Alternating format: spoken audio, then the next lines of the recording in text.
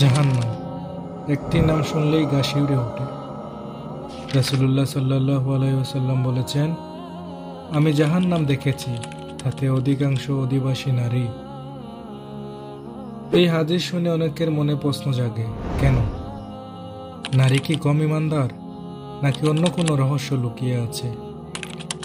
আজ আমরা কুরআন ও হাদিসের আলোকে এই বিষয়ের গভীরে যাব, যেন অজ্ঞতার অন্ধকার দূর হয়। প্রথমেই বুঝতে হবে, এই হাদিস অধিকাংশ বলেছে, সব নয়। অর্থাৎ জাহান্নামে নারী পুরুষ উভয়ই আছে, কিন্তু সংখ্যাগরিষ্ঠতা নারীর। এই হাদিসটি একটি সতর্কবার্তা, যেন তারা নিজেদের ভুলগুলো বুঝে ঠিক করে নেয়, ঠিক যেমন পুরুষরাও তাদের ভুল থেকে শিক্ষা নেয়। আসুন কুরআন ও হাদিসের আলোকে বুঝে নেই এর কারণ ও করণীয়। রাসূলুল্লাহ সাল্লাল্লাহু আলাইহি ওয়াসাল্লাম এক ঈদের দিনে নারীদের উদ্দেশ্যে বলেন, হে নারী সম্প্রদায়, বেশি বেশি দান করো, কারণ আমি জাহান্নামে নারীদের সংখ্যাই বেশি দেখেছি। তখন নারীরা বিস্মিত হয়ে জানতে চায় কেন।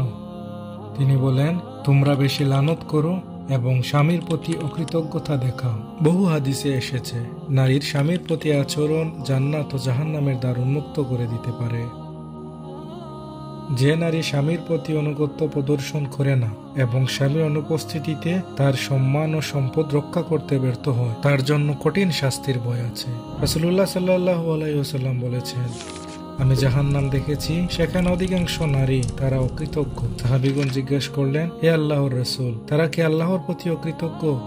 তিনি বললেন, না, বরং তারা স্বামীর প্রতি অকৃতজ্ঞ এবং উপকার অস্বীকার করে। যদি তুমি একজন নারীর সঙ্গে দীর্ঘ সময় ধরে ভালো আচরণ করো, তবু কোনো একদিন কোনো ভুল হলে সে বলবে, তুমি কোনোদিনই আমার জন্য কিছু করোনি।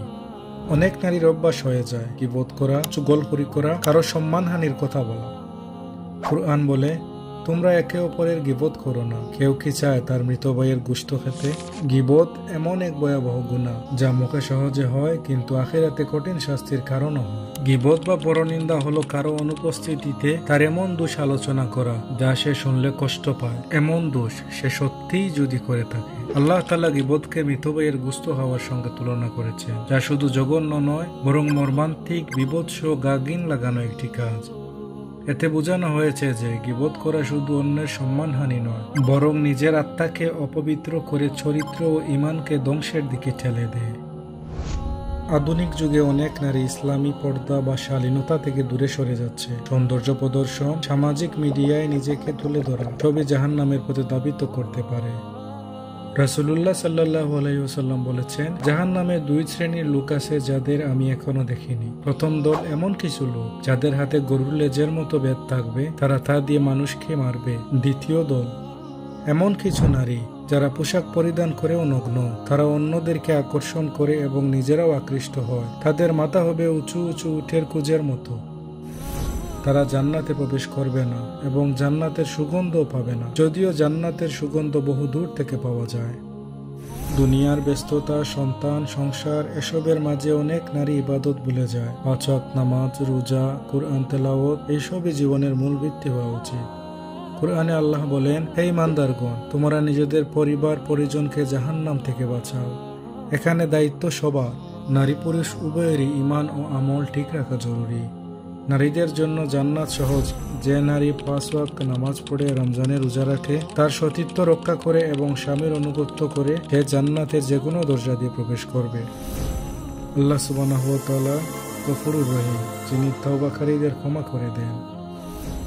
আল্লাহকে ভয়, স্বামীর হক আদায়, গীবত ও চুগলখড়ি থেকে বেঁচে থাকা, পর্দা করা, নামাজ ও ইবাদতে মনোযোগী হওয়া, এটাই জান্নাতের পথ।